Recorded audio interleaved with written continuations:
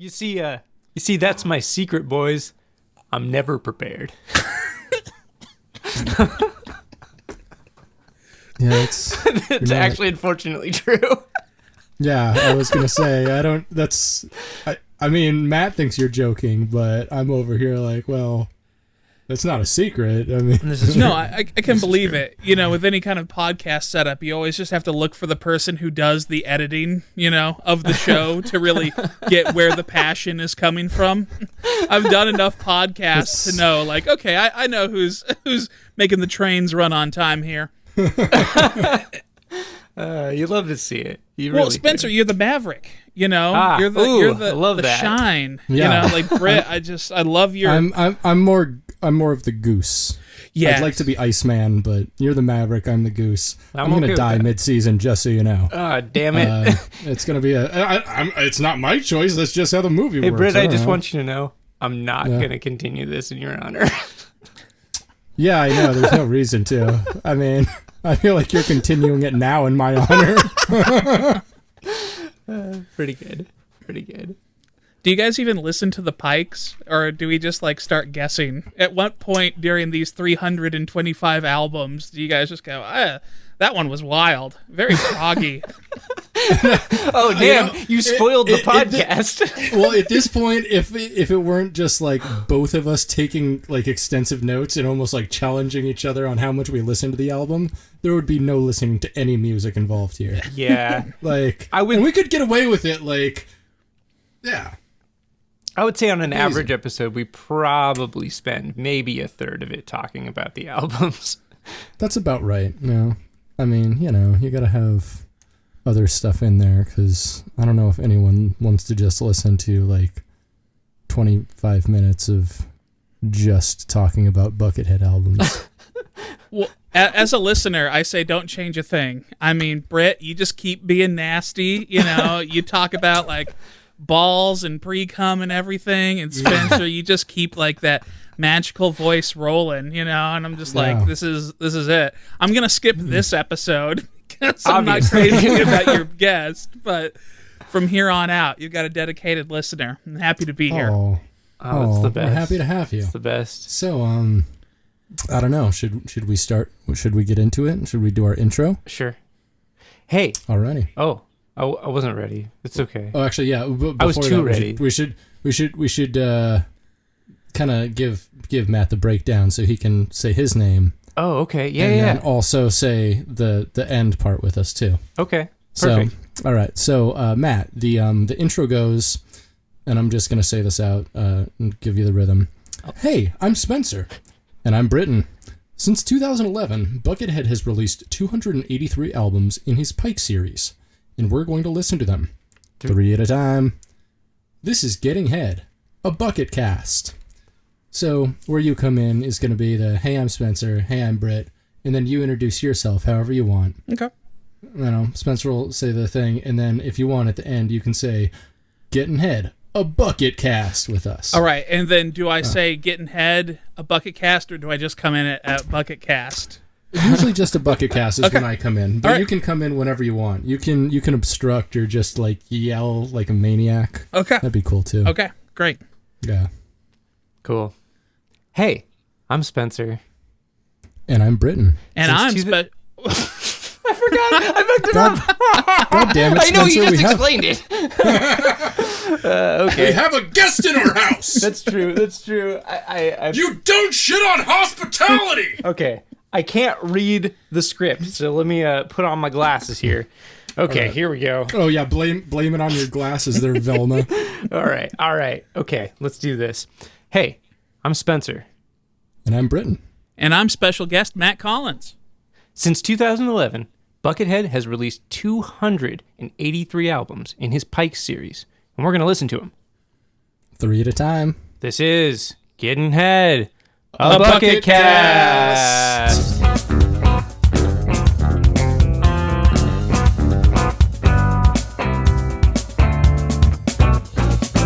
Hey, welcome bots, slogs, friends, and bucketheads.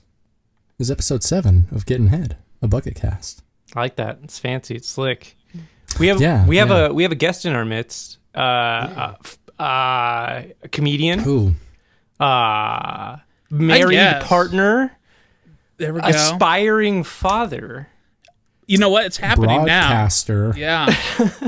Very funny Mr. Matt Collins is here. Hi, thank you very much for having me on the show, guys. I'm very excited to finally talk with somebody about Buckethead. I don't believe that for a second. Yeah, that's not real. I'm flattered that you lied so convincingly. Who am I going to talk to Buckethead with? My wife? I mean, she's holding our infant child right now. And then I'll be like, do you know there's like a 6'6" guy who wears a Mike Myers mask and has a bucket of chicken on his head? Do you want to watch some YouTube videos of him? He can play guitar really fast. Let me tell you. He does nunchucks.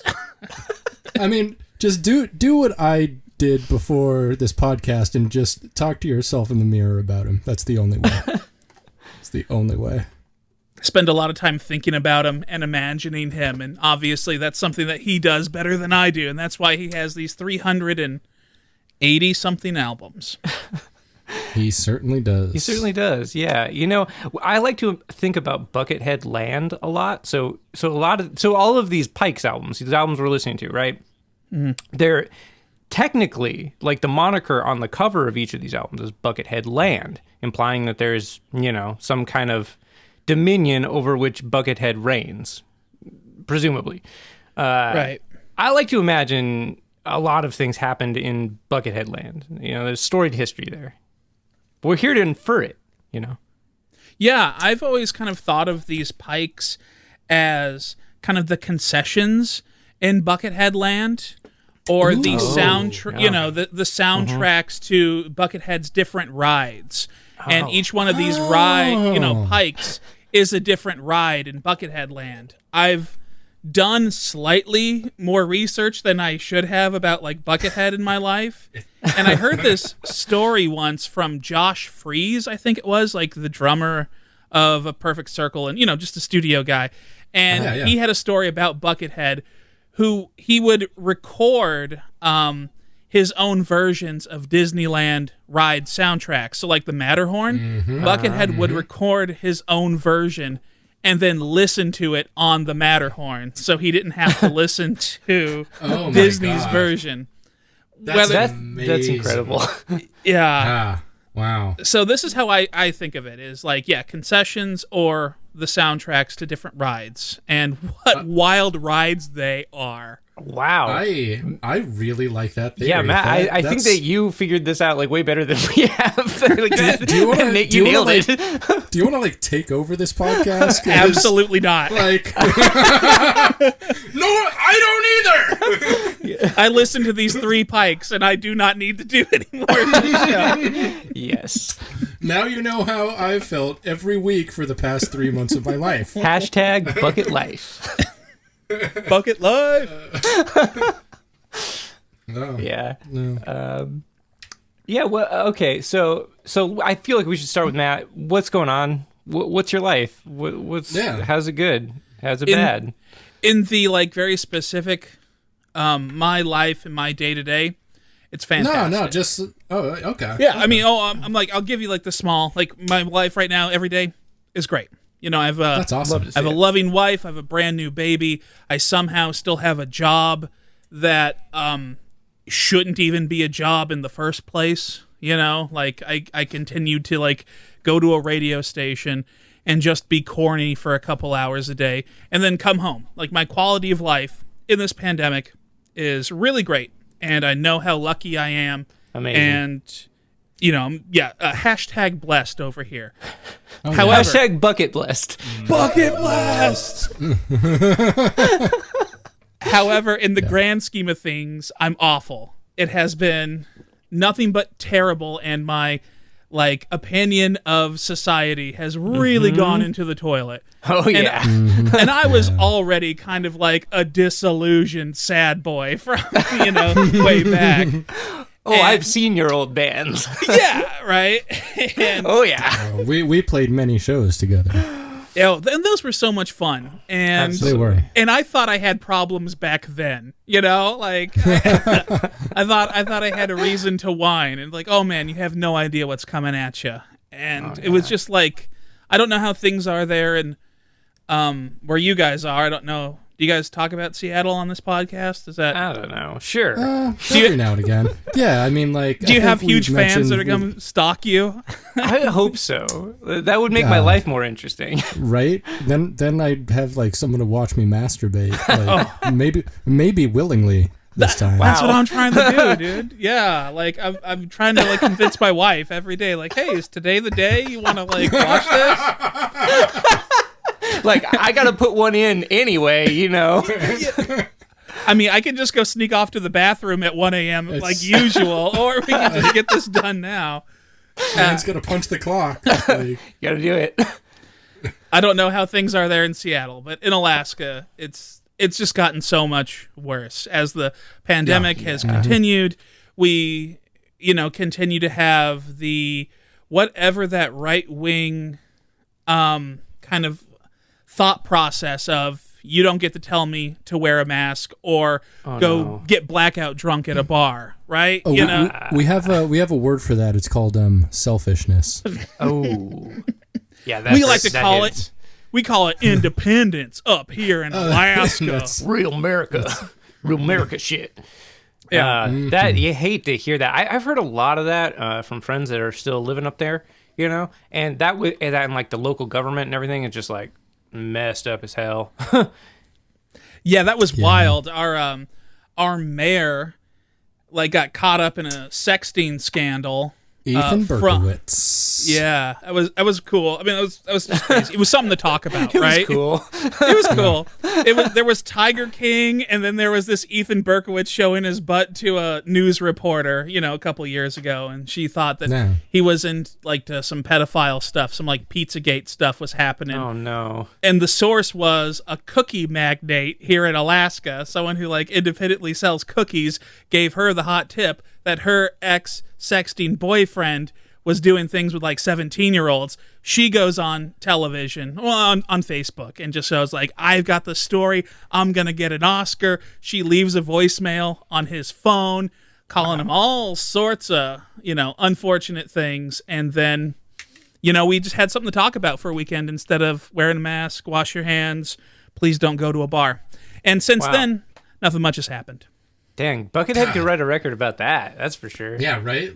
Maybe we really just need Jay Inslee to suck a dick. Mix things up. I'm bored of our politics here. They're boring. Yeah. It's wild up here, and I think Buckethead would do a great job. I think he would need Bootsy Collins. Oh, absolutely. Yeah. Mm-hmm. Ooh, speaking of which, him and Bootsy Collins are slated to release an album together by the end of the year. Awesome. That's great. Mm-hmm. Yeah, you love to see Bootsy getting out there, Bootsying it up, Mm-hmm. What a great legendary weirdo. Any 70-year-old that still wears platform shoes, I am totally down with. I will support anything they put out. Any person of any age who has multiple yellow leather outfits is living a life. They truly are. Yeah. They live in a life. Yeah. And they're going to go hang out with their best friend, Buckethead. Right? Yes. Imagine how those two smell together, right? Oh, yeah, really. Interesting. Imagine how a touring leather funk outfit smells. I somehow think it would be good, but now that I think about it, that would bring an extra level. Yeah, I mean, one thing's for certain. You could probably smoke that leather jacket and get fucking bonanza high. I'm going to snort the glitter from underneath his eyes. Yes. It's that Bootsy powder, man. Yeah. Get you funked up, dude. Oh, yeah. Britt, what's going on? Hit me. Oh, man. I'm pumping the brakes a little. I was going hard on the Riker stuff, but COVID is getting a little scary. It's getting fucked up, dude. It's getting scary. I know. So I'm not just finding random holes to stick my face in. Yeah. This week. We'll see what next week brings, but it's probably more lockdowns. And I've been staying indoors, just binge watching TV and stuff. It's cool, Yeah. doing this podcast. Yeah, we are doing that. That's you know, yeah, that's it's kind of my life at this moment. And I mean, this is like the perfect time for this podcast. And please take this as the compliment that I mean it. Like, we need more pointless entertainment like this. Yes. Oh, yes. No, right? I Like, appreciate it's that. important, right? It's a release. It's a release because, like, every time I look at the news, you know, it's horrible. Like, it is complete chaos. It makes me want to die. It's like, it makes me ashamed of existing. It's just completely terrible all the time. Wait, that you didn't have that before? The shame of existence? The shame of existence I feel like that's something you're persists, born let me tell with. you. Yeah, it's like it just hasn't gotten better. That's really Truly. weird. That makes sense. No, but yes, like, things need to exist that only exist to be frivolous and mostly stupid. Yeah. Yeah. No. It's a good And time. then just to hear people who are kind of passionate about what they're talking about, regardless of the topic, other than like lying to the American public about Dude, everything. how fucked up is that? Like, just complete, like, made-up bullshit. Like, what the fuck? Constantly. It's constant. I just don't get it. Yeah, I hate to see it. But yeah, so anyways, so that's all you've been getting up to, huh, Bray? What you been watching anything good? Yeah, I was gonna save that for the recommendations section at the end, though. Fair enough. You're gonna push me into using all my material? Come on, man. Yeah, it's hard to come by these days. How's your life been, Spenser? Oh yeah, you know, it's a life, as they say. It's my life, as a lot of people have said in music songs, especially John Bon Jovi. Oh yeah, he says that. It's now. It's is my life. It's No. So like, work's been good. I mean, it's getting stressful with COVID stuff, honestly. But they're just like limiting the capacity of the store more and more and more, and that's fine. Whatever. I still have a job, which is great. I requested some time off in early December just to. Well, I'm going to do a variety of things, but like mostly just like I don't want to be there. Yeah, so I get that. I'm just gonna take 9 days off, not be there.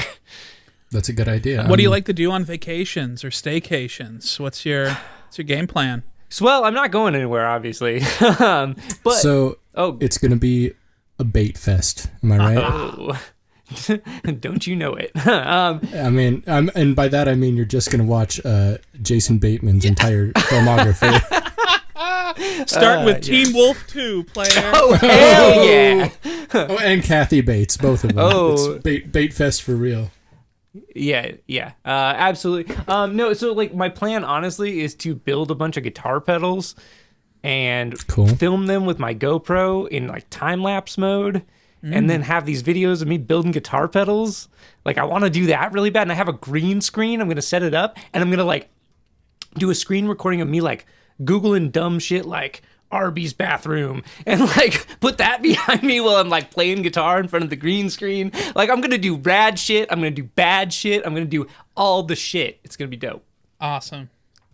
And some sad shit. Oh, dude, you can't don't forget fail the to sad mention. shit. I know. Oh, I mean, we all. If you don't think all of that that is implied. a cry for help, I don't know what you've been listening to, but I'm Right. into it. I will definitely be watching your build a pedal in an Arby's bathroom videos for sure. Oh, Yes. I will definitely be watching too. Not the video once you make it, but you at night while you sleep. Yes. Well, of course. What else are you gonna be doing? We're You in a love lockdown. to watch it. Anywho, we listened to some Buckethead albums. We did. A handful. We of did. them. We listened to Pikes 19, 20, and 21. But you know what? You're getting a little fucking ahead of yourself. Oh, yeah. For the I forgot. umpteenth Again. time. You're right. It's not time to right. talk about You're right. Buckethead albums. What time is it, Spenser? God damn it! Is it time for a bucket fact? It's time for a motherfucking bucket fact! Bucket fact, bucket fact, bucket fact, bucket fact, bucket fact, bucket fact. All right. So, Buckethead was born in California on May 13th, 1969. A day that has been shrouded in history as the May 13th incident in Malaysia, wherein widespread race riots left between 190 and 600 ethnic Malays and Chinese dead, with the majority of the victims being Chinese. I don't like this bucket fact, man. Damn. I saved the cheeriest one for Matt. Cool. Human history. All right. Well, happy birthday, Buckethead. Like, when writing this fact, I'm like, this sucks. Anytime anyone ever mentions Buckethead to me in the future, I'm going to be like, oh, you know, the day he was born. I'm going to be that guy who's like, you know, David Bowie had sex with a 14-year-old, right? There's all these Chinese victims, like, okay? Was born. It's important. Yeah. The Malaysian incident? How many pikes have you... The majority were Chinese, ethnic Chinese, all right? Like, it's a Buckethead. It's Buckethead related, all right?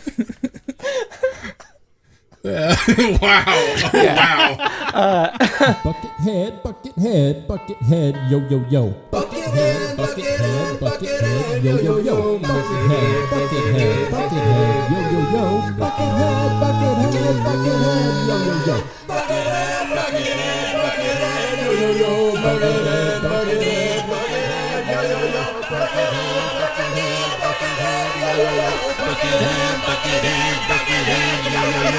So we listened to some albums.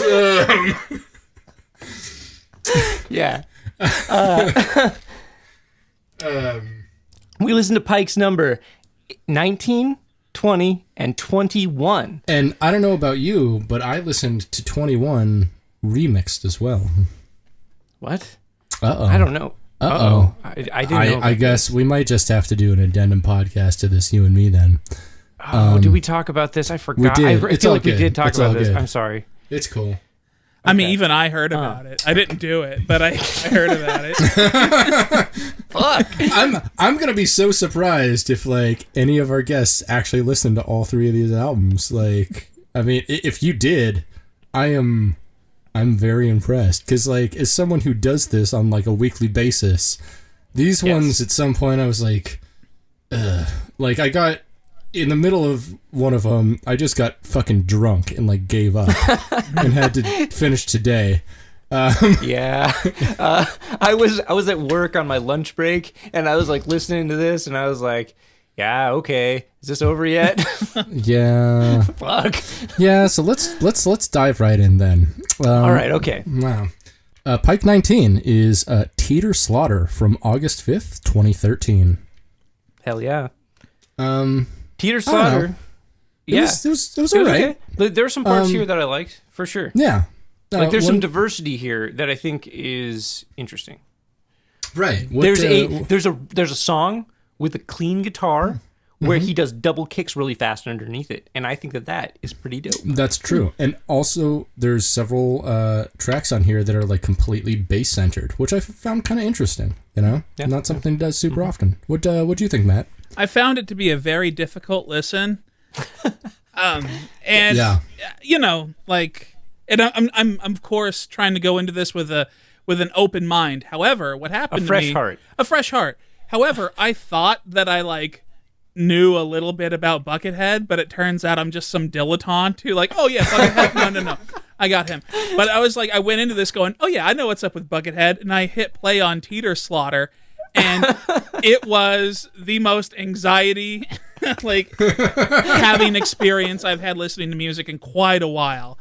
I was like, did I ever know Buckethead? Have I ever listened to any Buckethead? Is this what Buckethead does now? What the hell is happening? Because it changes on a dime so freaking often. And I know that you guys have talked about like those Buckethead, Oh, I can't think of a word right now, but like the things that Buckethead does all the time, like the kill switch and blah, blah, blah, blah.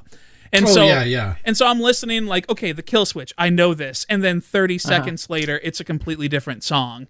And I never could grasp what the hell was happening from 1 second to the next in 31 minutes. And perhaps that was the point.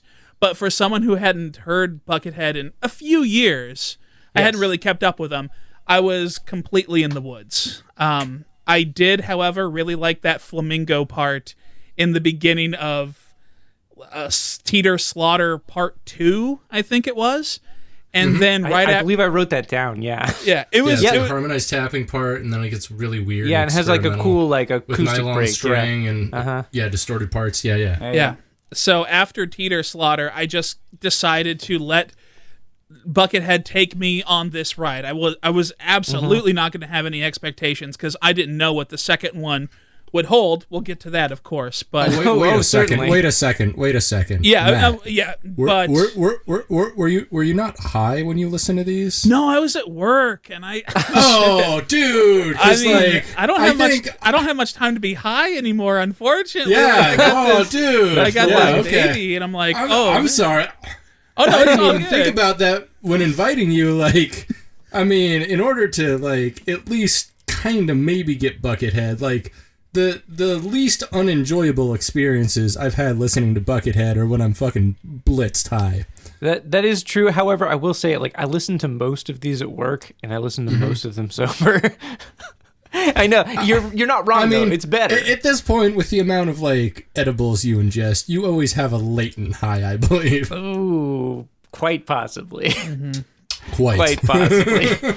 I really enjoy Buckethead, and like the first thing that I realized going into like listening to Teeter Slaughter is how much vision Buckethead has. It seems like he knows what he's doing, even though really the does. album feels completely out of control.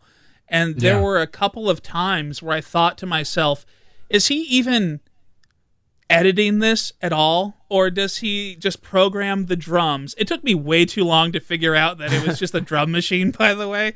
Yeah. the thing it is convincing. The thing that gave it away was the China symbol. I was like, that sounds like garbage. He loves that thing. So, and I will say, like, at least for this album and 21 as well, Spiral Trackway, like, the drums are a lot better than they have been, and they sound a lot more natural.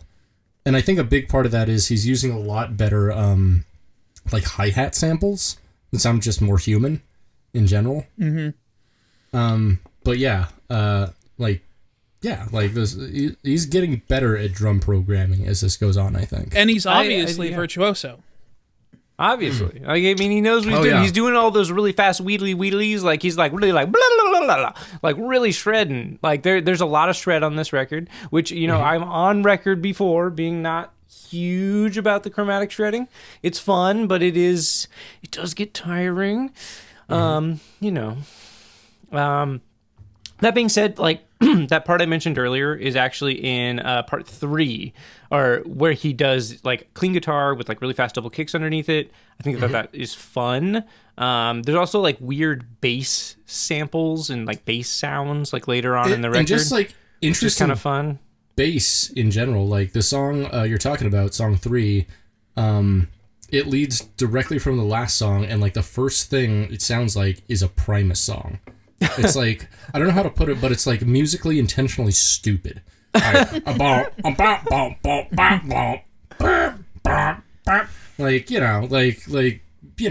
musically intentionally funny.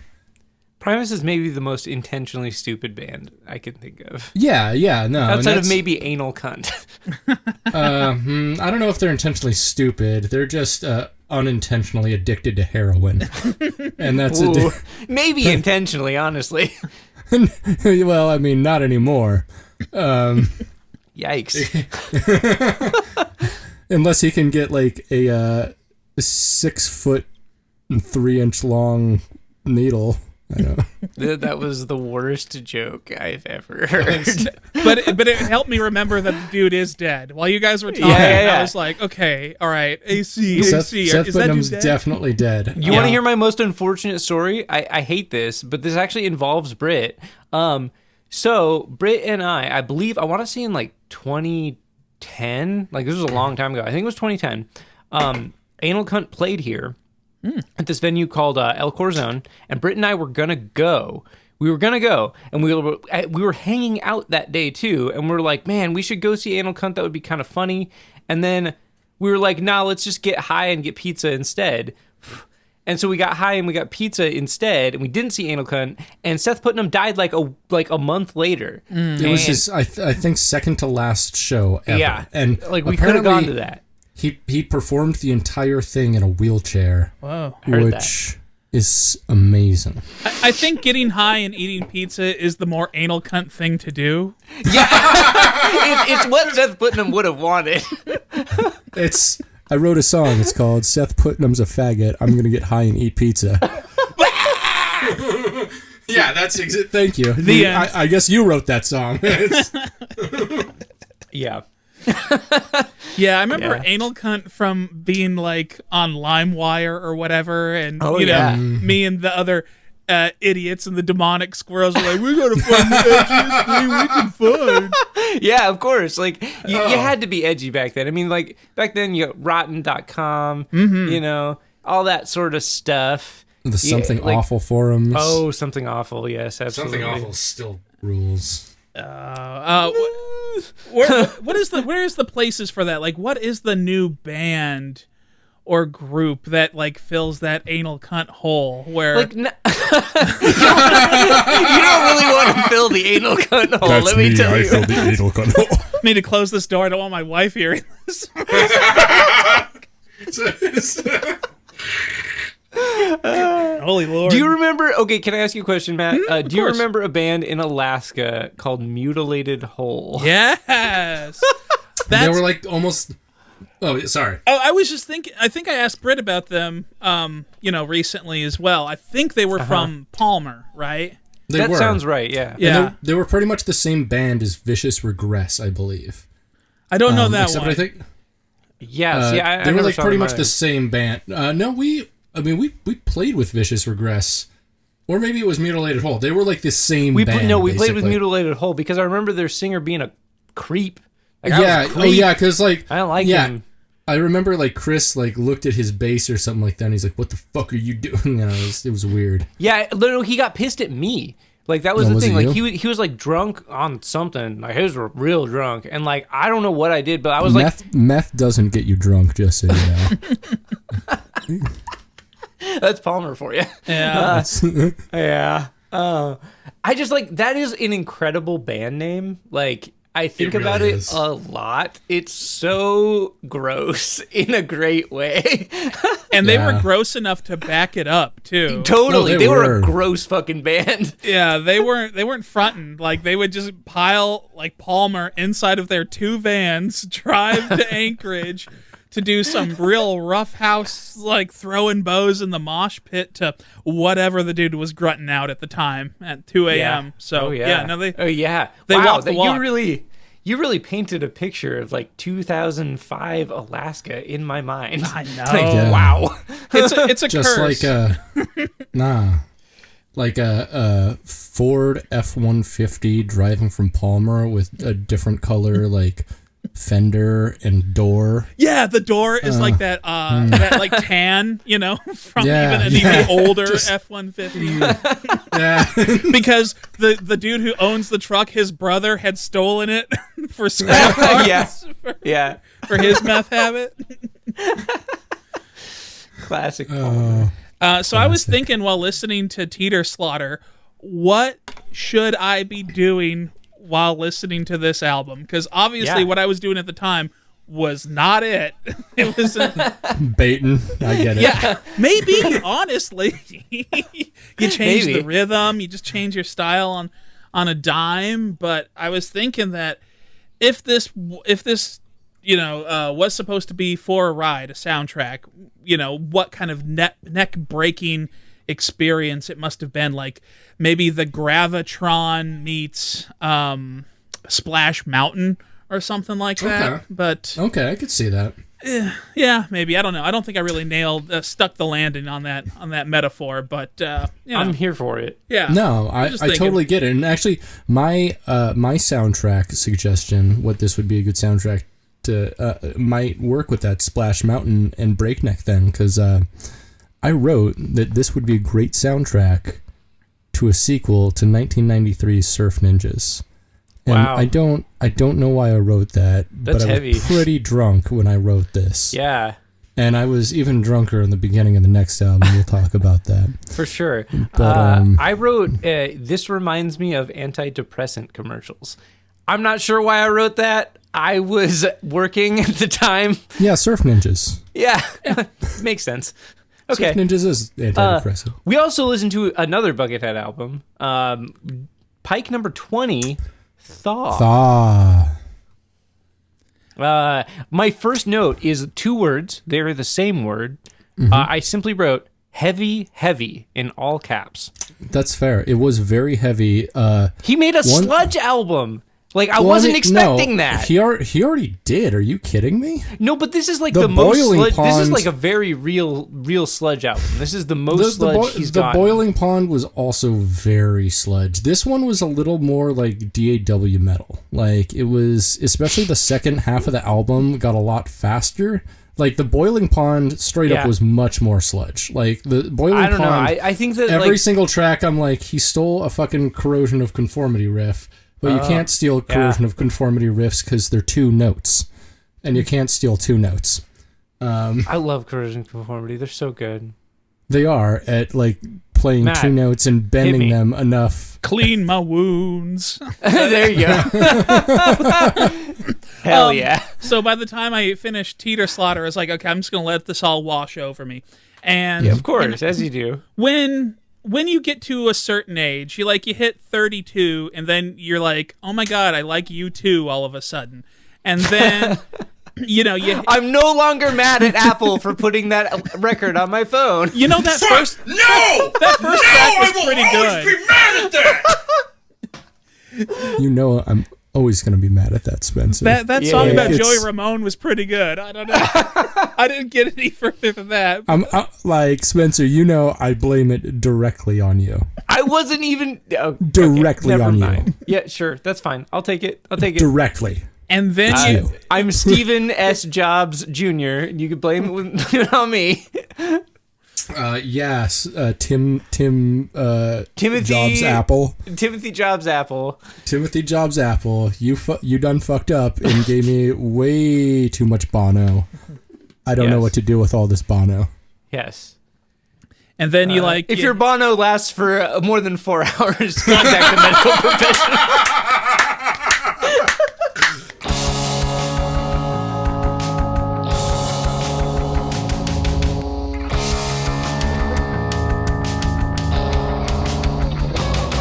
I liked it because it felt to me it was very he's obviously using 7 strings.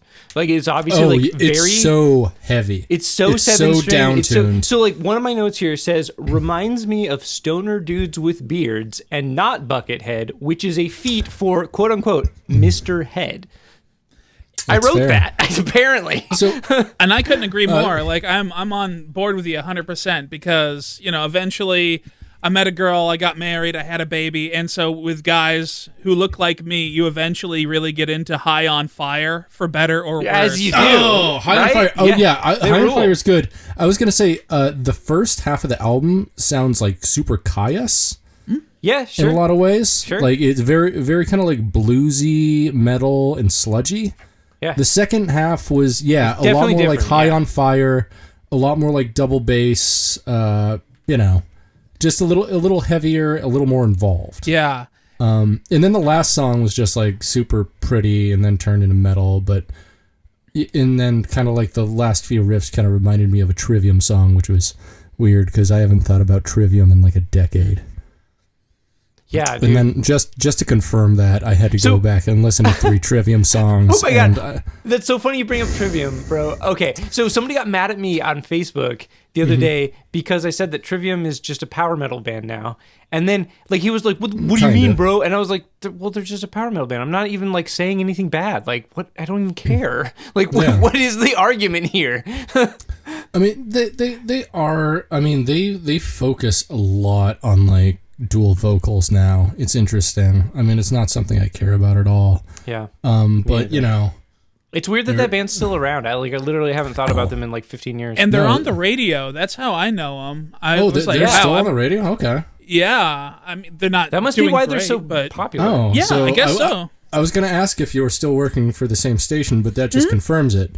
Yeah, it is known now. I have. I have been on Alaska's Rock 106.5 KWEL since 2004. That is an impressive tenure, my friend. Thank you. Is like, I mean, yeah, wow. And so I have seen a lot of like rock bands come and go. You know, our bread and butter is still Slipknot. We still play plenty of Nickelback. You know, like Breaking Benjamin's still around too. Oh yeah, they're banging them out. Linkin Park. Yeah, that was the whole thing. Shinedown. Yeah. Is Shinedown still around? Are they still making music? As a matter of I bet Chevelle is a big one. Yes. Oh, Chevelle's However, earlier. I hate everything. That one still probably got that's crazy 3 Days rotation. Grace. Oh, Yeah, you're that's right. 3 You're Days Grace, right. bro. Right. Yeah, Chevelle Shit, was the red. I mean, you had the right connotation, but you have to Yeah. go. Oh yeah. Yeah. Yeah. I remember his growly voice with harmonized vocals. That was. Yeah. So Trivium is on KWEL now, and I can't even think about it in terms of power metal. And I'm surprised anyone got mad at you. Did someone just like power metal, or do they like? I think they liked Trivium a lot, and they felt insulted by me describing them as power metal. And the reason I describe them as power metal is because they're like really like thrash light, you know, but with a lot of double kicks and a really sing-songy chorus, and that just sounds like power metal to me. Like I know there's harsh vocals in like the verses sometimes, but like Not it just really sounds like power anymore. metal to me. Like they've gone very mainly clean singing at this point. From what I listened to earlier today, it doesn't really have a big dick like power metal does. Or I mean, I'm sorry, a big truck. Power metal does have that. Power big metal dick. more has like a big truck masquerading as a big dick, and I'm here for it. Like, you know me. Yeah. For sure. I liked this album from Buckethead because one thing I thought about, you know, Buckethead can't do anything but Buckethead, right? Like he's this. When you think about Buckethead, what does he play? In my mind, he noodles. He does acoustic things really well. As a matter of fact, he's a beautiful guitar player. He can emote and he can do that extremely well. And then he can do funk. But every time I hear him like play funk, I just hear Buckethead noodling on a bass. And so I'm like, I don't I don't know if he's really nailed the soul of funk. But to actually hear him do a different genre of music pretty well and to like mostly fool me that it's not Buckethead, I would say that's a feat. Yeah, and for sure. Honestly, I think what really did this album and what made it so goddamn heavy, besides, you know, downtuned or 7-string guitars, is he plays an overdriven bass with I think a fuzz pedal on it too, almost the entire album, and it's so fucking heavy. It's really and he heavy. doubles a lot of the bass parts too. Oh god, it's pretty good. Like sonically, I liked this album. I didn't love the compositions a ton, but like the production on it and the heaviness of it, like it's very heavy. Yeah, it shook me. I liked it. It doesn't sound like Buckethead, like or at least that doesn't first really. half of it, doesn't really sound like Buckethead, which is cool. And I appreciate it when he can disguise himself. Yeah, it's quite nice. What do you think this would be like a good soundtrack for?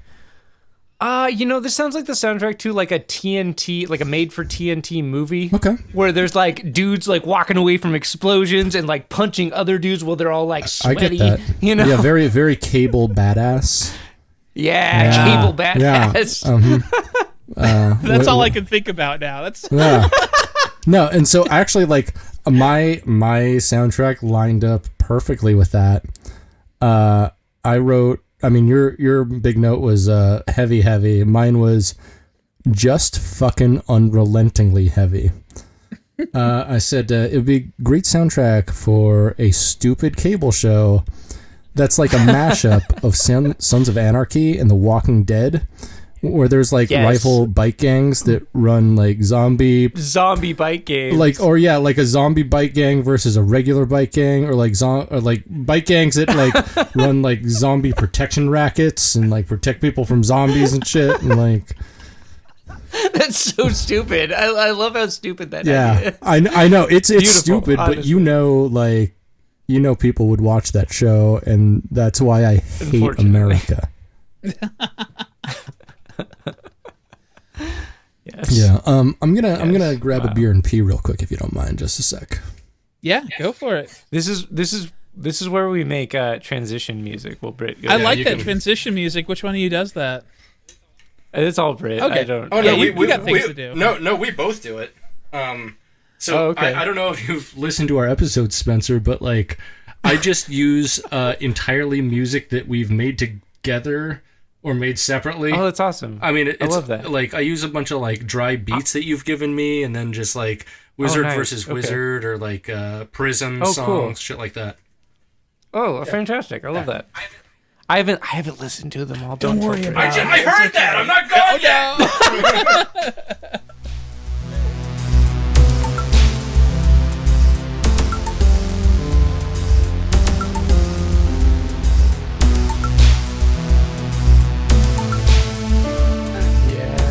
So where do you work, Spencer? What do you do? I work at the Apple Store. I'm a genius at the Apple Store. Oh, hell yeah. Dude, it's such a good job.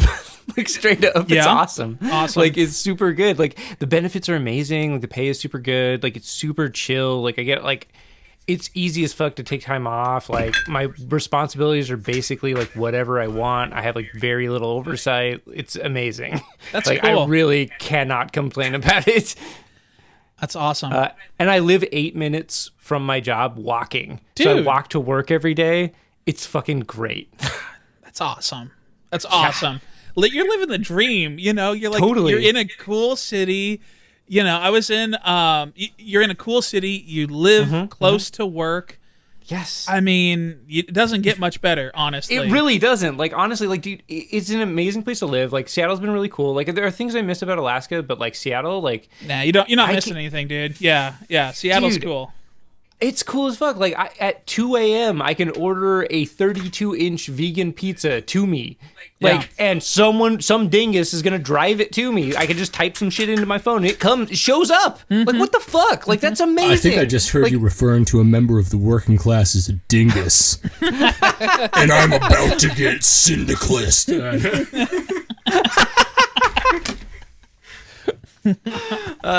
Yeah. Anywho, no, it's super cool. Like, I really have enjoyed living here. And like, when I was playing in bands, it was super sick. Like, because playing shows down here is so fun. Like, there's so many venues to play at. Like, there's so many like different scenes, you know, that are all like active and healthy, right? Like, I was playing in like a. Well, not anymore, but like, No, I was gonna say there's shows a were happening. lot of scenes that are active and toxic as fuck. Like, Sure. I mean, like, not necessarily socially, but like people show up at the shows. oh yeah, You know what I mean? Like, I was playing bass in a post-punk band for a hot minute, and it was super, super fun. Like, the shows we played were super cool. We played with like other post-punk bands. We played with noise artists.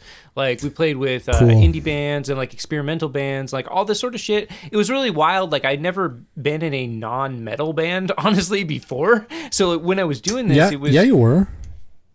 You were a member of DTRM for like one song on one show. And you were with Andrew. You were with Oh, Wang Dance Floor yeah. Master Force. Yeah, Dance you Floor guys should Master get that Force. back together, by the way. I thought So- you guys... Wang and I have made quite a bit of music together. We're actually working on an album together right now. Oh, that's right. It's a thrash album. Hell yeah. It's very exciting. But yeah, we did do a song together last year. I forget what it's called, but it's on his most recent record, which is about to come out. Cool. It's so good. It's super rad. I produced it. I actually produced 2 songs on his new record, I think. I'm pretty sure. And then I did a guitar solo on another song. But anyways, yeah, Wang and I are still doing shit together because he's amazing. And yes, hell yeah. All three of us did a song together that's actually featured on one of the podcasts somewhere. Really? What? Tell me. Bring Lube. It's a wizard versus wizard song. Wang is on that song? Wang plays trumpet, yeah. Oh, right.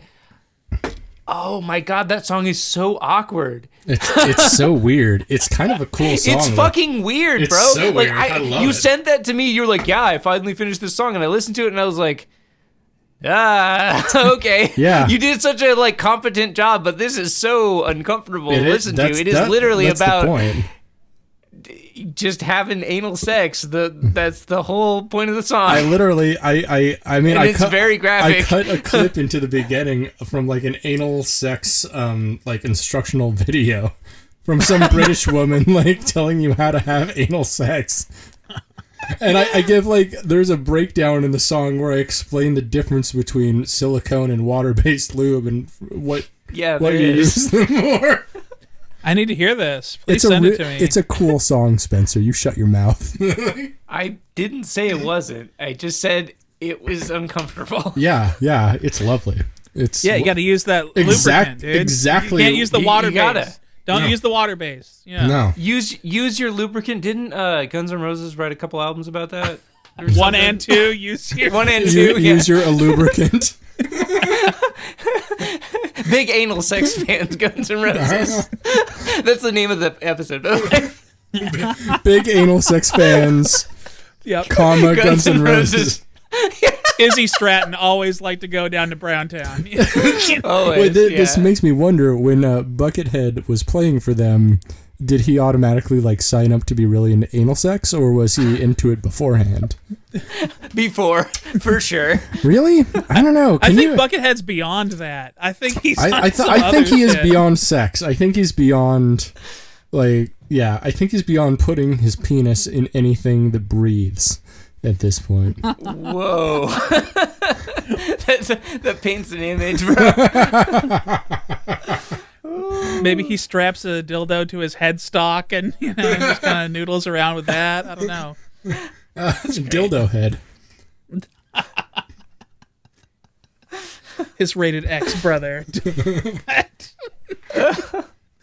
He's got a Jason mask on and if they did make a porn parody, it would just be called Buckethead, right? Or just Gettin Head.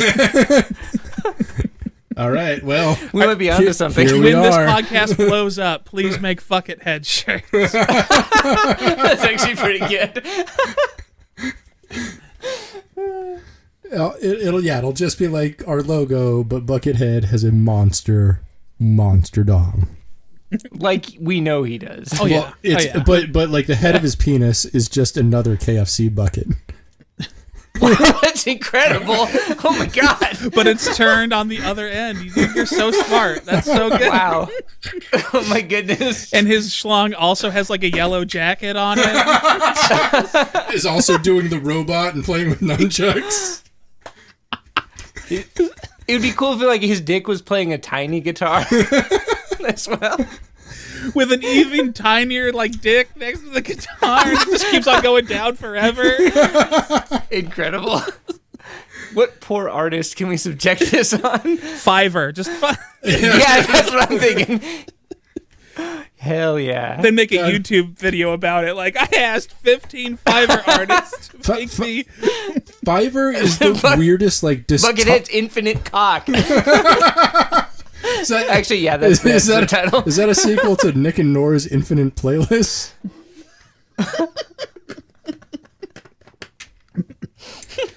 Oh my god. Avengers Infinite Cock. Infinity Cock. Bucket Vengers. Buckethead and all of his friends, the guy from Texas Chainsaw Massacre 2, Bootsy Collins is there. They're all fighting each other. John Zorn. Axl Rose shows up and then just leaves. You never go full John Zorn, Doc. That's too hardcore. Too hardcore Zorn. Well, Zorn's a butthole guy. We know this. This is known. This is established. Zorn only plays the saxophone because he can stick the reed in a butthole and make a toot. That's why he got the MacArthur grant. He's a genius. Wow. Look at him play that butt. Quick, get this guy $35,000. He needs it. It was $500,000. They gave him $500,000 because he's shit. weird.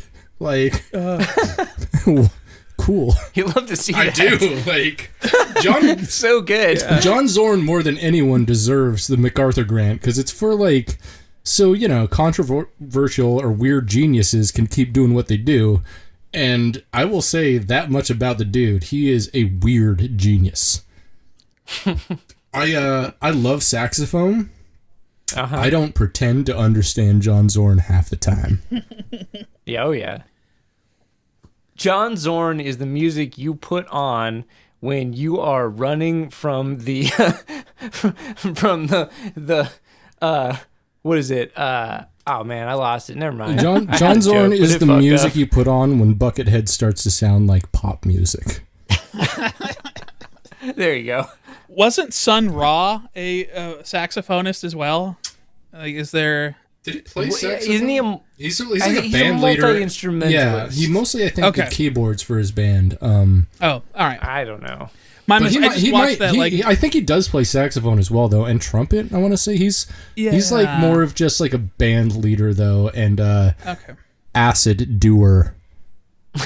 I think Fair. more than a band leader, he is like the band's like chief drug dealer, which makes him like the de facto band leader because that's what Sun Ra albums are all about. Is like, whoa.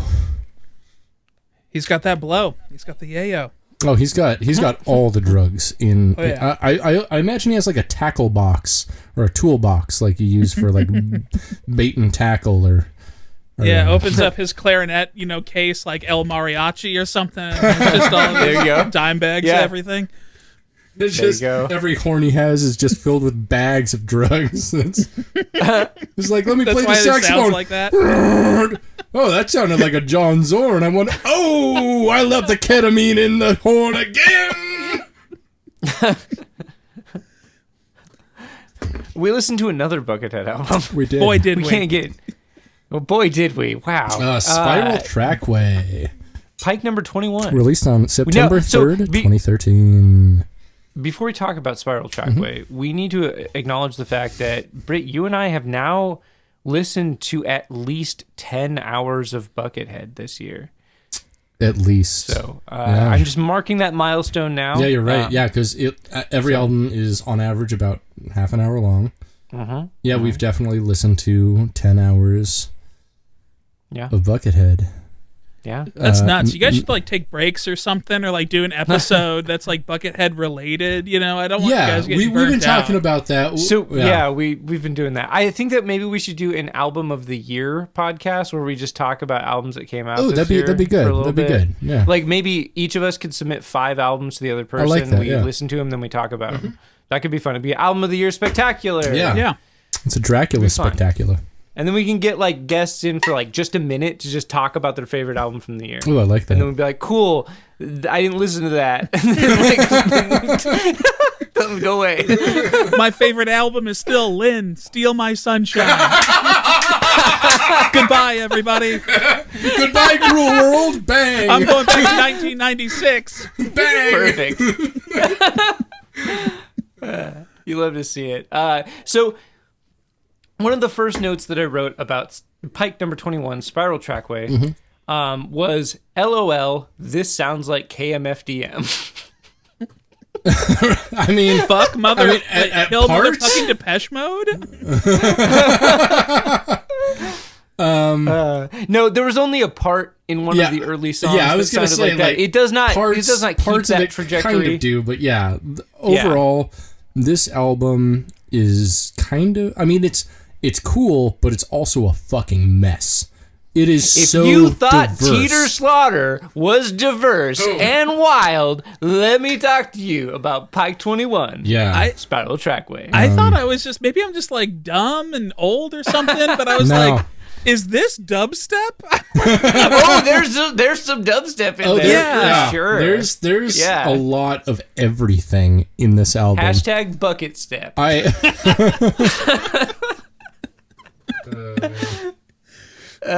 Yeah, there's a lot of weird in here. Yeah, there were several notes where I said dubstep, question mark, exclamation point, exclamation point. It's like But this came out in the dubstep era, right? It did. I mean, Yeah, so, has the what that dubstep era implies- ever ended? Good point. Yeah. Yeah, okay, it did. It definitely did. Kinda. I mean, would you consider this in the genre of like KF Skrillex?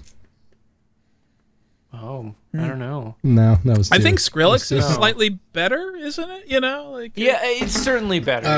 Yeah. I mostly just like listen to the Korn dubstep like EP. Oh, me, Oh, there me you too. go. Yeah. Oh, I listened to that whole album. It's a garbage album. It's so much fucking garbage. but it it's like hurts. really fun to listen to. In Kind that of. kind Oh of yeah, like, kind of. I think it's quite enjoyable. yeah. Every song is like, this is dubstep. Dubstep. Dubstep. Yeah. Yeah, so I was listening to this. I was like, did Buckethead listen to the Korn album but not really get Yes. it? So I think that he did. I think he did because like there are a couple of riffs on this album where I was like, wow, nice new metal riff, Buckethead. Like there are definitely new metal riffs on here Yeah. for sure. I definitely like a lot of the riffs in here were somewhere between like butt metal, butt rock, and new metal. It was all very like early 2000s, chunky. I mean, decent, but like I don't know. One thing that it's a diverse record. One thing that I think for that really sure. stood out to me is like starting on track 4 and pretty much through the rest of the album, he starts using a very different sample pack for his drums, and like it's made up almost entirely of both 808 and 909 samples. A lot of electronic drums on this one. Yeah, which kind of backstory to that was Roland TS-808, Roland TS-909, respectively, were like super influential in early hip hop and early like EDM and techno and house music, respectively.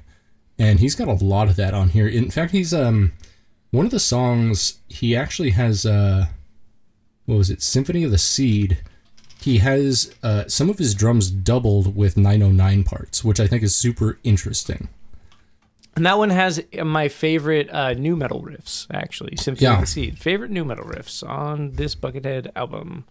Mm-hmm. It's not a bad song. I mean, a lot of these songs aren't bad. The whole album altogether, though, is like... It's a lot.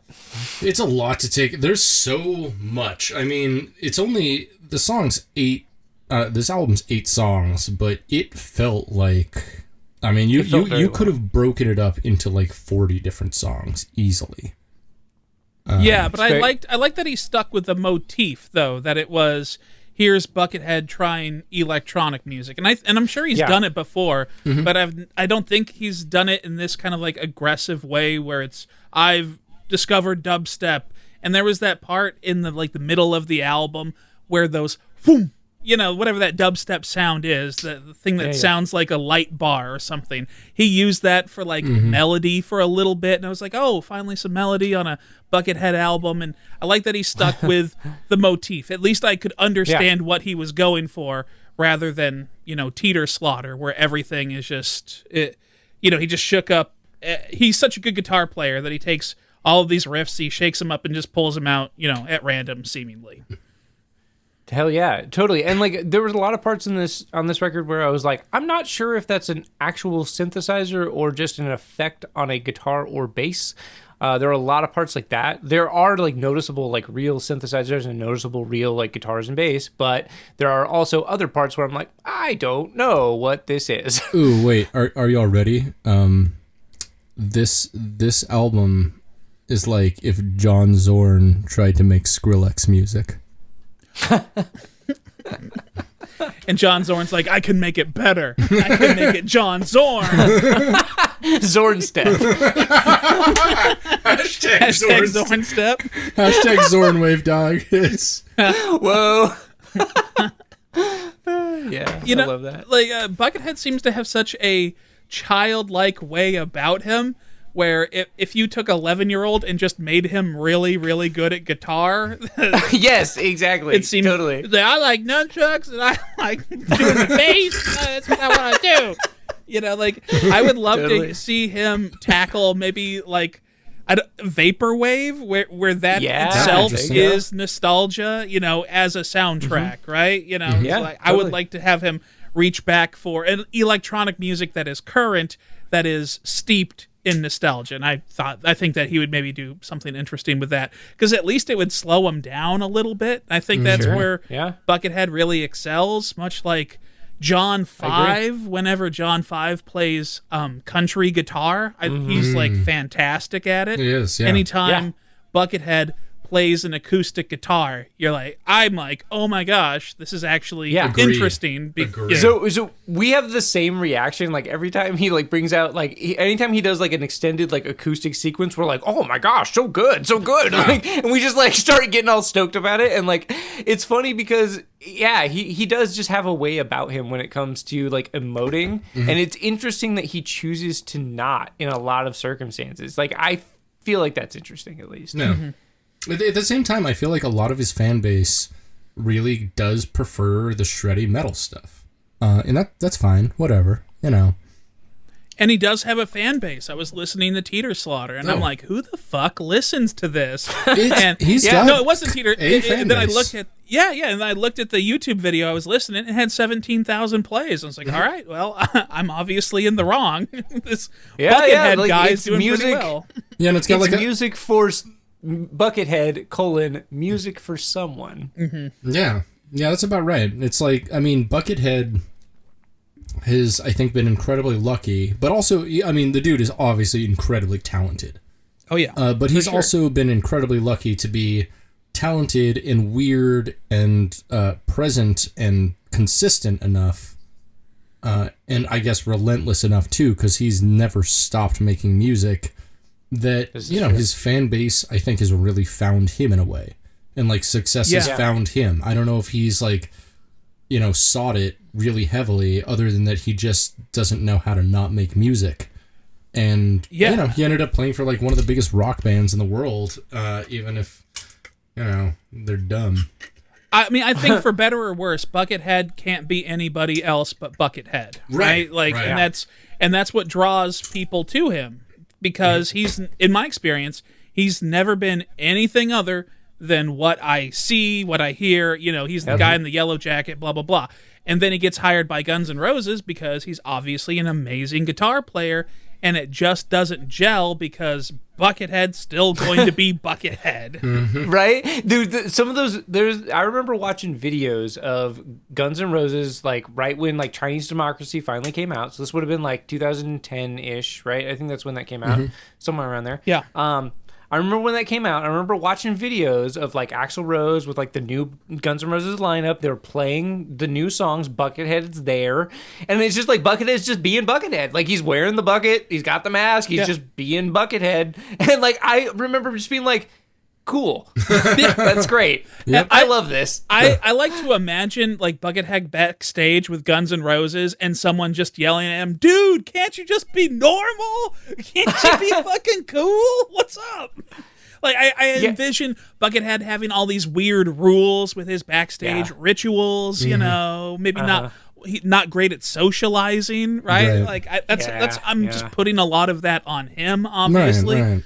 But I don't see Buckethead being a great band member, and that's maybe why he's able to crank out so many albums. But I mean, he was with them for like 3 or 4 years, like touring pretty consistently, and he's on almost every single track of that album, and he's credited with writing, I think, like 4 of them. So, okay. That's very interesting. It is. Like, I don't know. I wonder what that was like. Because, like, clearly we know Buckethead's, like, ability to just crank out fucking music. So, like, do you think that he made a bunch of songs and, like, sent them to Axl Rose and was like, hey, which ones do you want?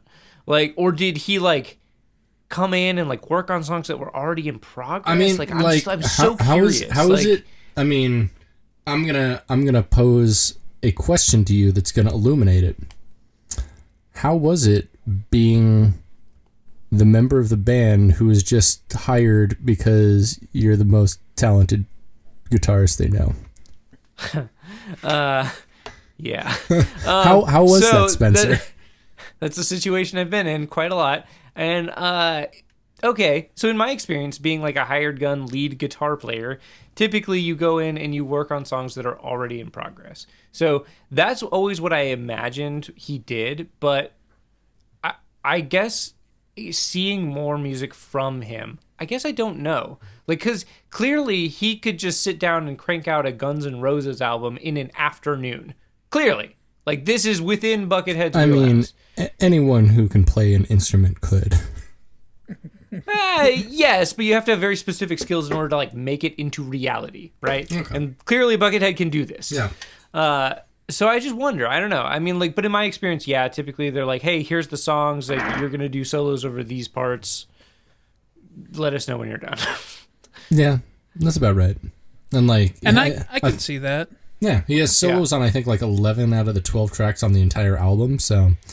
And if you remember listening to Chinese Democracy as a whole... No one does. Exactly. But I kind of remember it... remember it being kind of chunky, it doesn't really flow in any kind of way. I remember it being bad, I guess is what I'm saying. And so my theory is that like Axl Rose was just kind of like data mining, riffs and ideas from the carousel of people that he hired for a week and then fired, kind of just trying to grab as much from as many people as possible.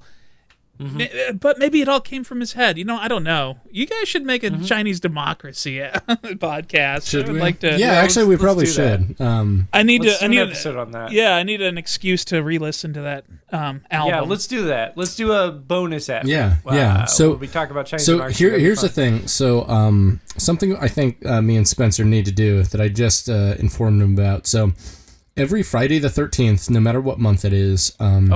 Yes. Bucket Bots, which is what Buckethead fans call themselves, celebrate Buckethead Day. And they do it in various ways. They'll either like buy a new Pike or like, share Buckethead music with folks or whatever. I heard that as pipe and I was like, yeah. Buckethead pipe. That makes sense. I mean, a new pipe. They go spark it. They go spark it outside Guitar Center. In Buckethead's honor. I mean, no, I don't want to have to share it with the fucking guitar techs there. I'm not going to do it outside a guitar Yeah, they're just going to come out and be like, hey, bro, what's up? Is that a sativa dog? I'm at work, so I'm, fuck off, guy. You only play an E standard. Get out of my face. Yeah. And so every Friday the 13th, you guys are going to release a special episode or something? I think that's a good idea. I think we should have a Buckethead Day. And like a weird addendum one. I mean, we've already been doing like weird addendum and bonus podcasts. I love the lore, Buckethead has such a clear vision of whatever this is that's in his head. It's not clear to me. Right. It's probably not clear to a lot of other people, but he knows exactly what he's doing. Right. When he says Buckethead Land, he has some sort of idea. And it's a place that he's describing. There's so much behind this. And I actually, honestly, Matt, I might have to like adopt this idea you've brought to this. Like, go for it. What I really ride think you at Buckethead Land? Like, is this a song or a soundtrack to? That's a beautiful, like, very, I don't know. Like, I think you got head in a way that we have not yet.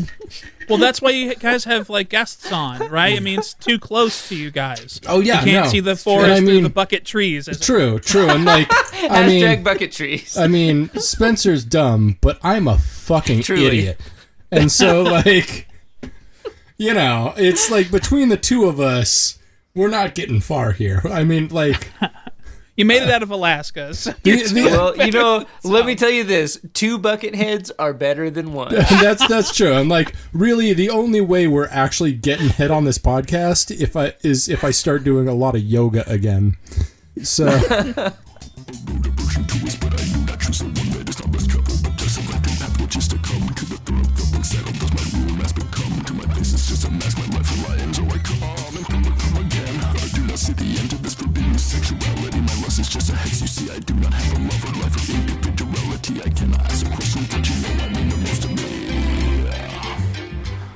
I thought true. Yeah, I thought the third album was fine. Like, I thought it would be a grid.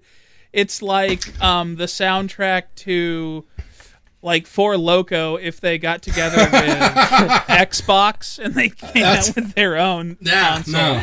No, it was scattered. It was definitely scattered.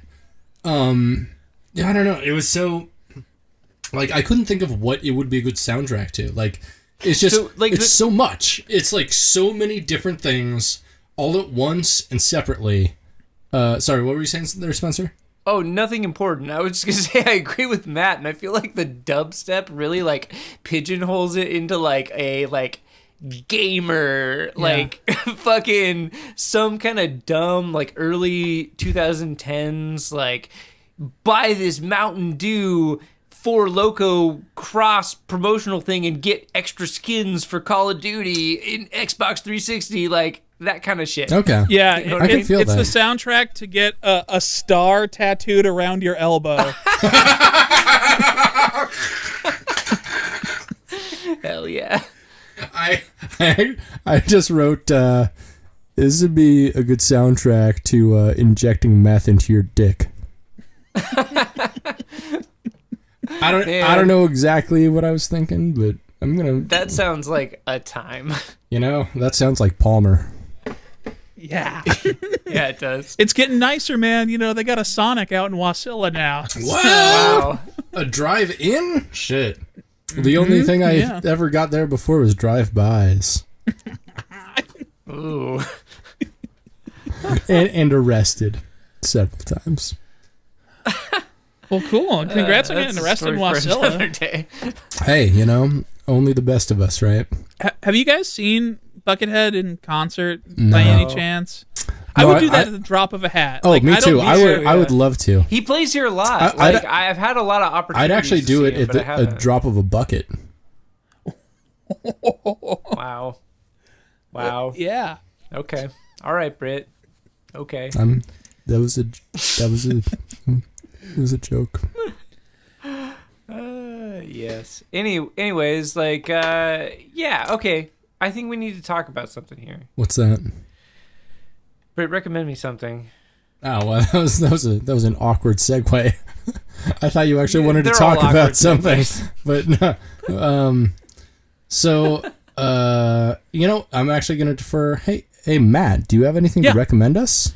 Sure. I would recommend to you the new season of The Crown, a show that I have not watched at all, but my wife is absolutely obsessed with it.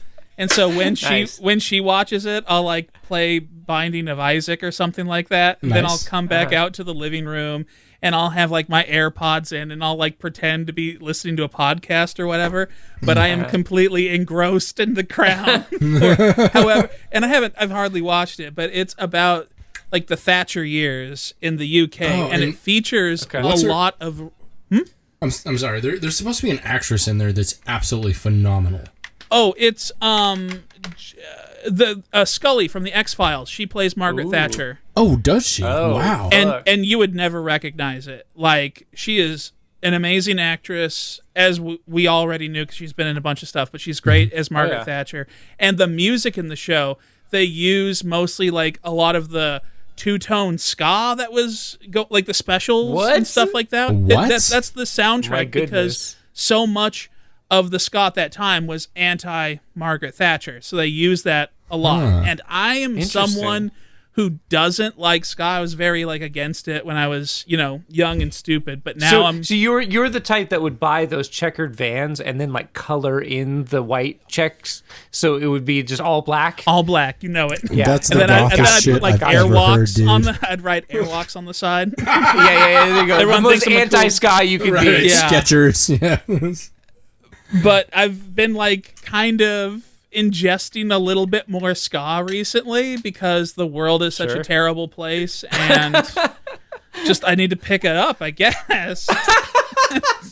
I think this And is it's like really the most good. nihilistic argument I've ever heard for listening to ska, which is really the only argument for listening to ska, I think, right? I have a pet theory where if you know somebody who bicycles all over the place, if you know a bike person, their favorite music is probably ska.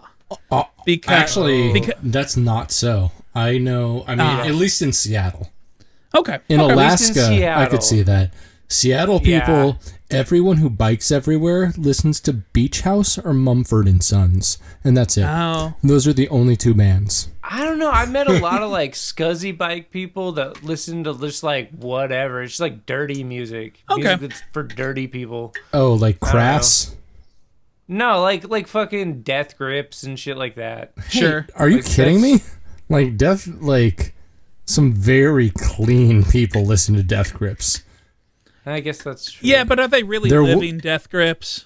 Yeah, see, that's what I mean. Like these bike people I know, they're existing in the Death Grips universe much more authentically. I don't Yeah. know. I feel like I am very much in the Death Grips universe.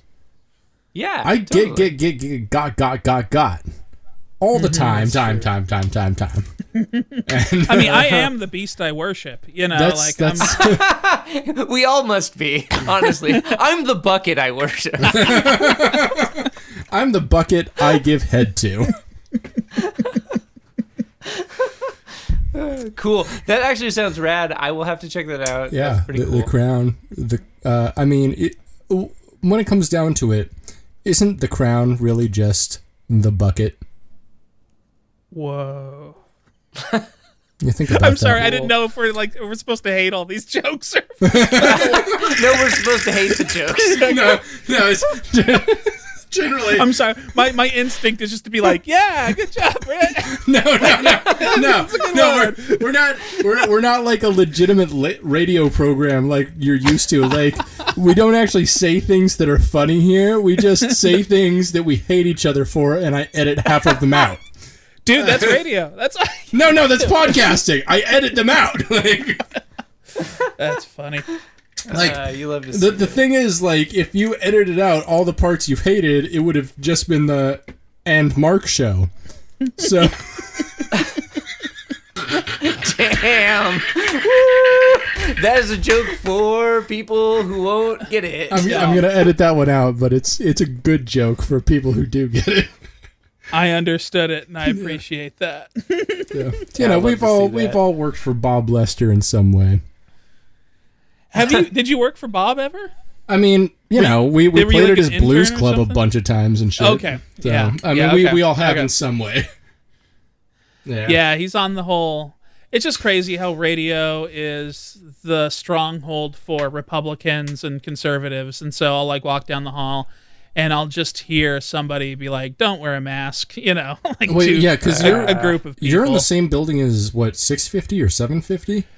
Yeah, like KFQD. Like there's a news station there, and whatever. It's not something that I have to do, thankfully, because I just talk in between Chevelle and Slipknot songs. And, just trying to be a goofball. Are you like post morning show now? Or are you like? Oh my God, yeah. No, I where are hated you? the guy.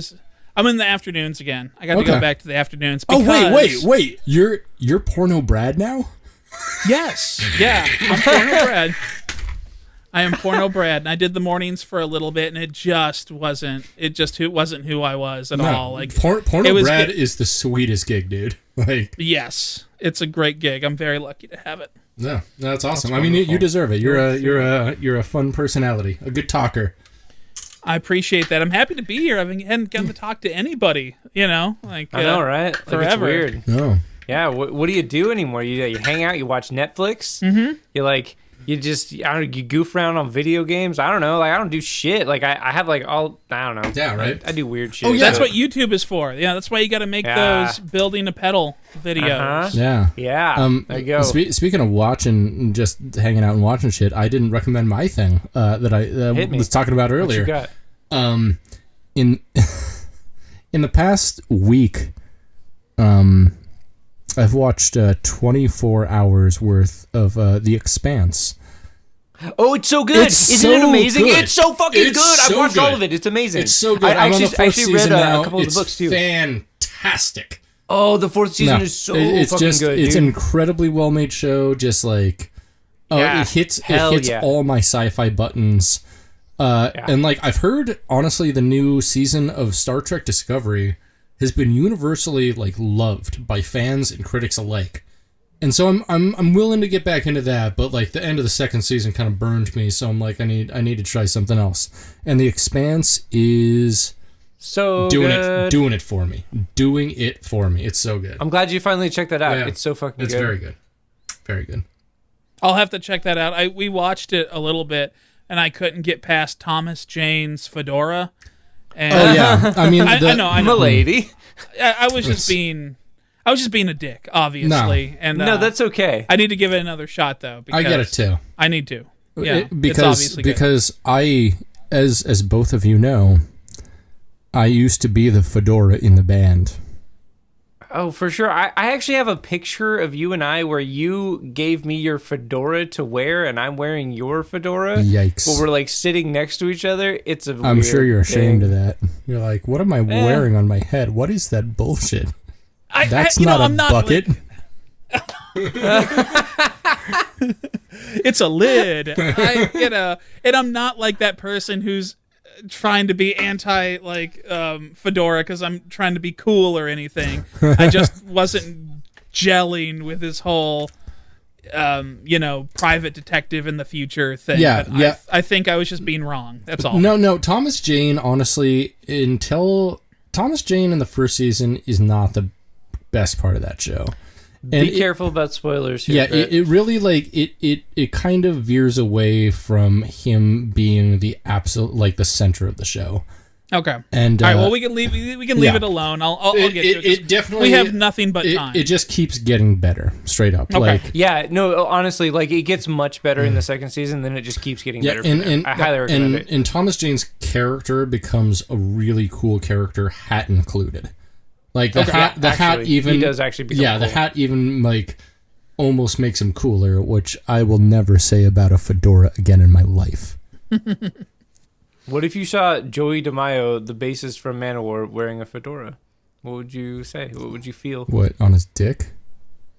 Just on his either head or dick. Dick head. Buck dickhead. Fedora head. No, let's just abandon what this a different right band that would be. Wow, these Pikes would be so much different. He would have a whole acid jazz saxophone part, right? If he was having a fedora, it'd be wild. So John Zorn is what you're saying? Yes, you're right. And then Spenser, what should I watch? Recommend something to me. Or listen to. Excuse me. All right. Okay. Or snort. Actually, wait. Can I give one more recommendation here real quick? Oh, God. Fucking ketamine rules, y'all. Holy shit. I'd never done ketamine before the last week or so, but I had a friend over from San Fran, and as a kindness for letting her stay here, she left me with a nice big bag of ketamine. And, whoa.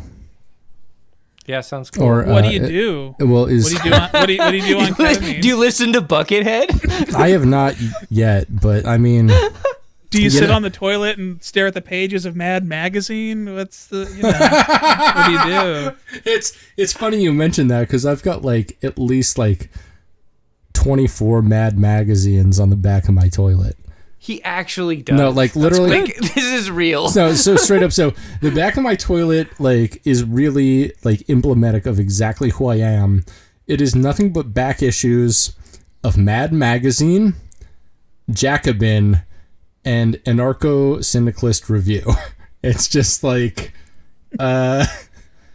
a hardcore leftist revolutionary who thinks everything's a fucking joke because it is. It's on brand. Wonderful. Yeah.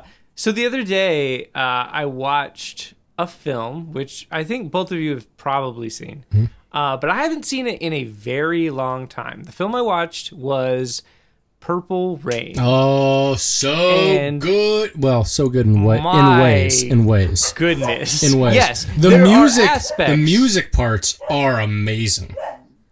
Oh yes, like the performances, amazing. Mm-hmm. Like the like live music performances aspect of it, amazing. Like iconic even.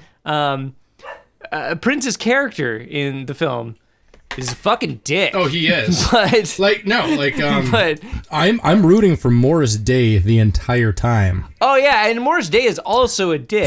But he's a cool dick. He's so cool. He's so into himself. Like, he is the ego, Prince is the super ego, but also, like, low-key abusive because his father's abusive. Yeah, and he's, like, fucking with this girl. He's being a dick to this girl. And it's super doesn't lame. his dad, like, beat his mom to death or some crazy shit in that movie? Or what happens there? I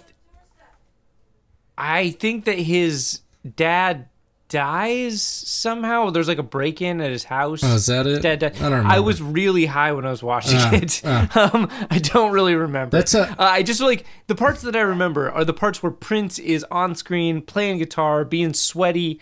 He looks super hot. His whole band is like fucking amazing. Yeah, they are. It's really like iconic and like really like it's an amazing time capsule of that era.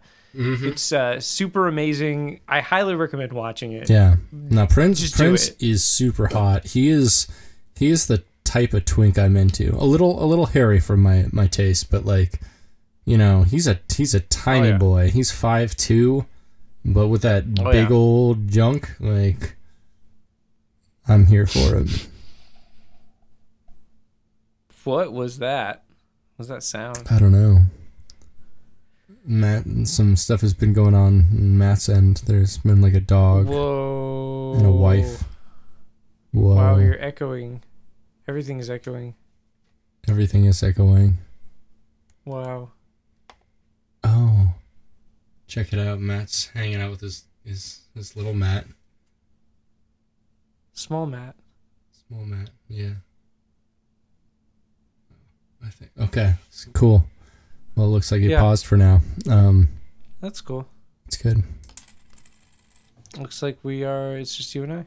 I think it is, yeah. It's okay. What else? I like we pretty much finished it. Oh, 100%. No, we got 100% enough material for that. I can at least edit his beginning part into the end for that. But what else is going on, dog?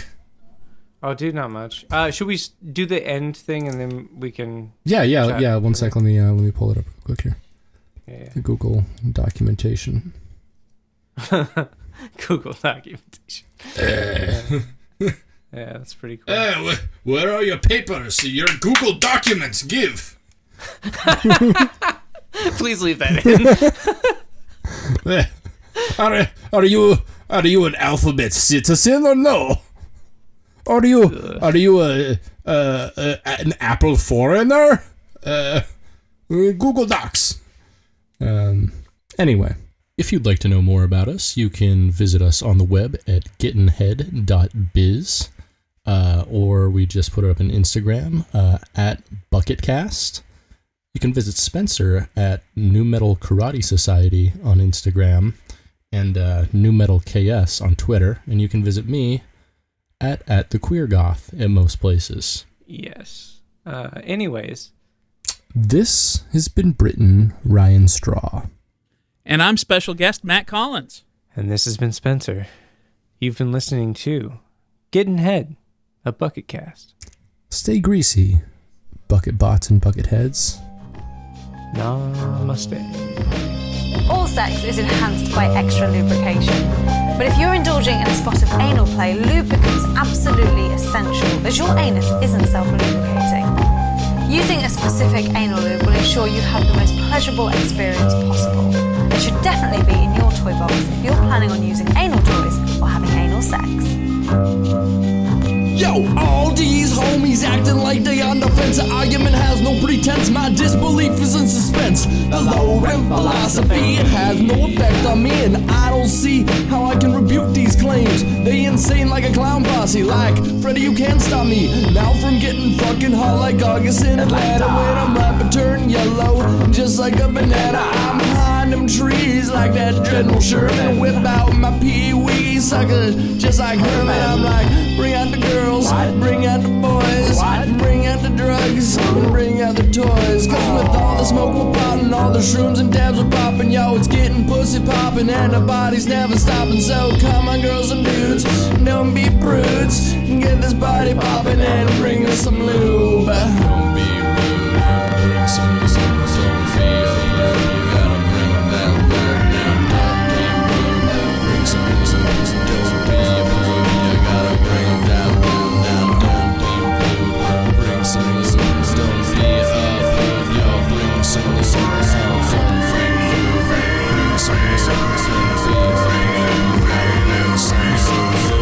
Types of lube, water and silicone. If you use sex toys, you want to get the water based, but it doesn't last as long, and I don't like the taste. And I like to taste that shit after I come in their face, but I kiss that shit freely, so they call me Space Ace. And I wonder if it stings with my face full of mace. When I'm through, there's no clues, yo, I don't leave a trace.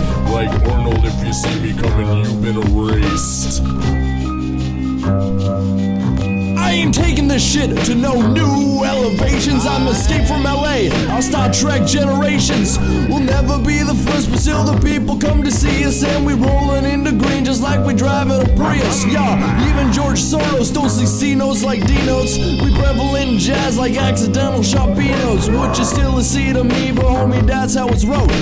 Perversion for insurgent like society's inversions to pain, but I maintain that I never mean to hurt them unless they wanna hurt, unless they wanna squirt, in which case I'll post these finger bang, no bother to alert. If that hole is not wet in a second, I bet we can try some KY and it will not be dry, and then we can sin, and I can stick it in. The feeling is right, my baby, tonight I'ma have my way with you. I'll bring the sex if you bring the lube.